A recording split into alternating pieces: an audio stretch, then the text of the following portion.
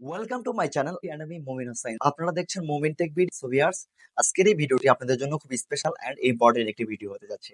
আজকের এই ভিডিওর মাধ্যমে আপনারা খুব সহজেই তৈরি করতে পারবেন মাইক্রোসফট বিং অ্যাকাউন্টের মাধ্যমে একটি ইমেজ।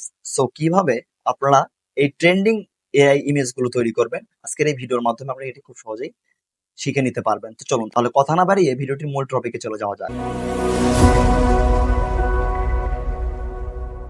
তো ফার্স্ট টাইম আপনারা চলে যাবেন গুগল ক্রমে। আপনার গুগল ক্রমে যাওয়ার পর সার্চ বারে গিয়ে লিখবেন বিং ইমেজ ক্রিয়েটর। তারপরে আপনার সামনে ঠিক এরকম একটি ইন্টারফেস চলে আসবে। তো অবশ্যই এখানে আপনি আপনার টেক্সটে লিখে দিবেন।